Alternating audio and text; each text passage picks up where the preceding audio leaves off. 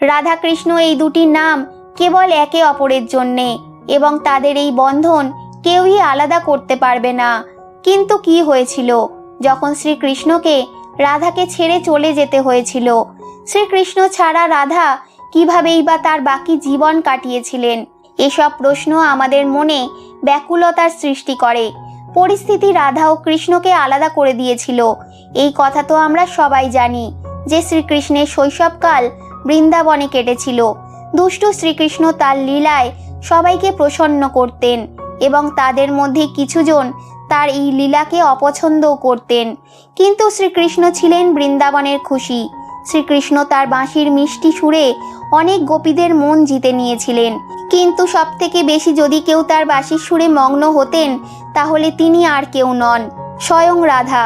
কিন্তু রাধার থেকেও বহুগুণ বেশি শ্রীকৃষ্ণ তাকে ভালোবাসতেন। রাধা বয়সে শ্রীকৃষ্ণের থেকে 4 থেকে 5 বছরের বড় ছিলেন, মতান্তরে 9 মাসের বড় ছিলেন। কিন্তু তাও তার প্রভাব তাদের সম্পর্কে কোনোভাবেই পড়েনি। রাধা বৃন্দাবন থেকে দূরে রাহুল নামক একটি গ্রামে বাস করতেন। কিন্তু প্রতিদিন শ্রীকৃষ্ণের মধুর বাঁশির আওয়াজ শুনেই তিনি দৌড়ে চলে আসতেন। শ্রীকৃষ্ণের জীবনও সাধারণ ছিল না। ধীরে ধীরে ওই সময় এলো যখন শ্রীকৃষ্ণকে বৃন্দাবন ছেড়ে মথুরায় যেতে হয়। শ্রীকৃষ্ণের দুষ্টু মামা কংসের অত্যাচার চরম সীমায় পৌঁছে গিয়েছিল, এবং একদিন কংস তাকে এবং তার ভাই বলরামকে মথুরাতে আমন্ত্রণ জানালেন, এবং যার কারণে বৃন্দাবনবাসীরা ভয় পেতে লাগলেন। মা যশোদা খুবই চিন্তিত ছিলেন, কারণ তার নয়নমণি শ্রীকৃষ্ণ তাকে ছেড়ে চলে যাচ্ছিলেন। কিন্তু শ্রীকৃষ্ণের গোপীরাও কম দুঃখী ছিলেন না। শ্রীকৃষ্ণ ও বলরামকে নিয়ে যাওয়ার জন্য কংস দ্বারা একটি রথ পাঠানো হয়েছিল, যা আসার পর বৃন্দাবনবাসী সেটিকে চারিদিক থেকে ঘিরে ফেলে, এই ভেবে যে তারা শ্রীকৃষ্ণকে যেতে দেবেন না। ওইদিকে শ্রীকৃষ্ণ কেবল রাধার কথাই চিন্তা করছিলেন, এবং তিনি ভাবতে থাকেন যে যাওয়ার আগে তিনি একবার রাধার সাথে দেখা করে যাবেন। সুযোগ পেতেই তিনি লুকিয়ে সেই স্থান থেকে প্রস্থান করলেন, এবং কিছু দূরেই রাধাকে তিনি খুঁজে পেলেন। ওই সময় তাদের মধ্যে কোনো কথোপকথন হয়নি। রাধা কৃষ্ণের এই মিলনের কাহিনী বড়ই অদ্ভুত। তারা দুজনে না তো কিছু বলছিলেন, না তো তারা কিছু অনুভব করছিলেন, কেবল তারা চুপ ছিলেন। রাধা শ্রীকৃষ্ণকে কেবল জানতেনই না, তার মনের কথাও তিনি অনুভব করতে পারতেন। শ্রীকৃষ্ণের মনে কি চলছে তা রাধা আগে থেকেই বুঝতে পেরে যেতেন। এই জন্যেই হয়তো ওই সময় তাদের কথা বলার কোনো প্রয়োজনই ছিল না। যদিও রাধা এবং কৃষ্ণ দুজনেই জানতেন যে তিনি আর কখনোই বৃন্দাবনে ফিরে আসবেন না, আর কোনোদিনও তারা একে অপরের সাথে দেখাও করতে পারবেন না। এই জন্যে মথুরা যাওয়ার আগে রাধা শ্রীকৃষ্ণের কাছে মনে মনেই দুটি প্রতিশ্রুতি নিয়েছিলেন।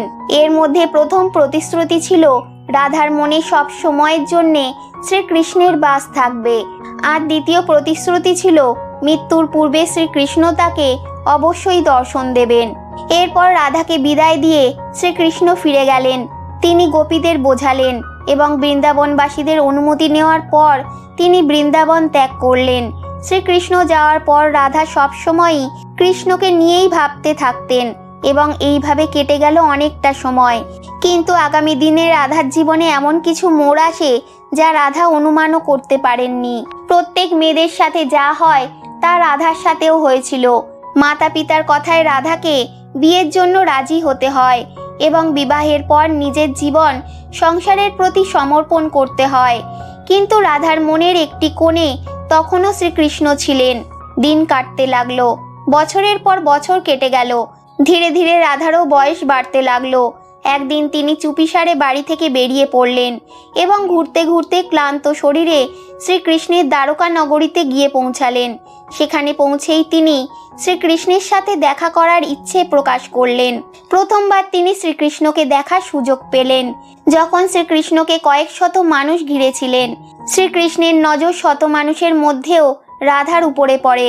রাধাকে দেখা মাত্রই শ্রীকৃষ্ণের খুশির কোনো কিনারাই ছিল না। কিন্তু তখনও দুজনের মধ্যে কোনো কথাই হয়নি। বলা হয়ে থাকে যে রাধা কে ছিলেন তা দ্বারকানগরীতে কেউ জানতেন না। রাধার অনুরোধে শ্রীকৃষ্ণ তাকে মহলে দেবিকা হিসেবে নিযুক্ত করেন। তিনি দিনভর মহলে থাকতেন এবং মহলের কাজগুলিকে তিনি সামলাতেন এবং যখনই সুযোগ পেতেন তখনই দূর থেকে শ্রীকৃষ্ণের দিকে এক দৃষ্টে তাকিয়ে থাকতেন। কিন্তু ধীরে ধীরে যত সময় বয়ে যেতে থাকলো ততই রাধার মনে ভয় হতে থাকলো। দিন দিন তার এই ভয় বাড়তেই থাকলো। এই ভয় শ্রীকৃষ্ণের থেকে তার বিচ্ছিন্ন হওয়ার ভয়।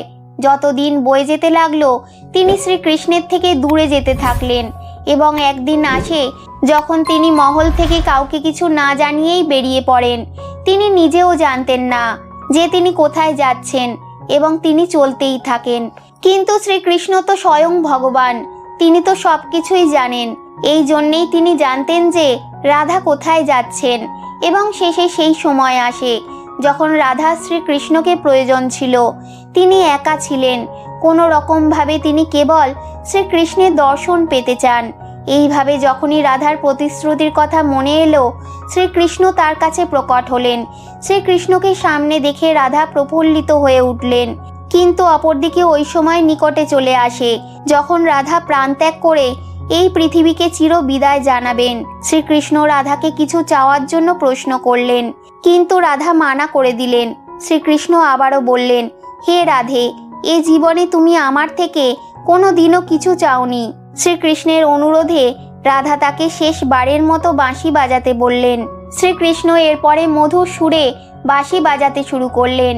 বাঁশির আওয়াজ যখনই রাধার কানে গেল রাধা চোখ বন্ধ করে ফেললেন এবং ধীরে ধীরে রাধা তার প্রাণ ত্যাগ করলেন।